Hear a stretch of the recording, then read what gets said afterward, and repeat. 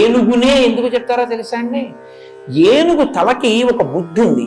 ఏమిటి ఆ బుద్ధి అంటే, మీకు ప్రపంచంలో ఒక పెద్ద క్రేన్ ఉందనుకోండి, ఆ క్రేన్ని ఈ పెద్ద ఇనప స్తంభాన్ని ఎత్తు అన్నారనుకోండి, ఎత్తేస్తుంది. ఓ గుండు సూదిని కిందేసి ఓ క్రేను ఈ గుండు సూది తీయి అన్నారనుకోండి, అది తీయలేదు, దానికి సాధ్యం కాదు. గుండు సూదిని శ్రావణం అని ఉంటుంది, కంసాలి వారి దగ్గర ఉంటుంది, వాళ్ళు ఇలా పట్టుకుని ఎత్తుతారు. అదేమి కంటికి ఇలా తీసి ఇలా పెట్టుకుని వాచీలు బాగు చేసేవాళ్ళు చిన్న శ్రావణం పెట్టి కనపడని కూడా చిన్న చిన్నవి శ్రావణంతో తీసేస్తూ ఉంటారు. ఇలా ఆ శ్రావణంతో మీరు కింద ఉన్న చిన్న సూదిని తీయచ్చు, ఒక పెద్ద ఇనప స్తంభాన్ని ఎత్తండి, ఎత్తలేరు. ఏనుగు తన బుద్ధి వైభవం చేత ఇంటింటి కళ్ళు, కానీ తన బుద్ధితో కింద ఉన్నటువంటి చిన్న సూదిని పైకెత్తుతుంది, పెద్ద స్తంభాన్ని పైకెత్తుతుంది.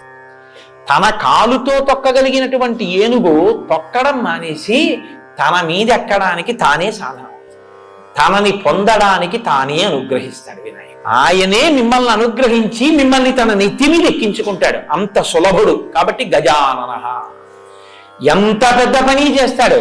ఇతోట్రా నాకింత చిన్న పని అడగడం ఏమిట్రా అని అండో, మీకు ఎంత చిన్న పని చేసి పెడతాడు. సుముఖశ్చైకదంతస్య కపిలో గజకర్ణకః లంబోదరశ్చ వికటో విఘ్నరాజో వినాయకః ధూమకేతుర్గణాధ్యక్ష పాలచంద్రో గజాననః వక్రతుండః.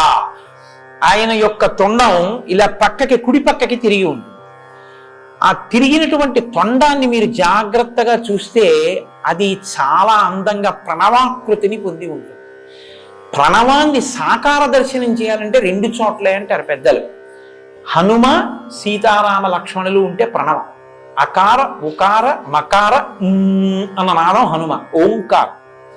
అలాగే ఏనుగు తొండం తిరిగి ఉంటే అది ప్రణవాకారం.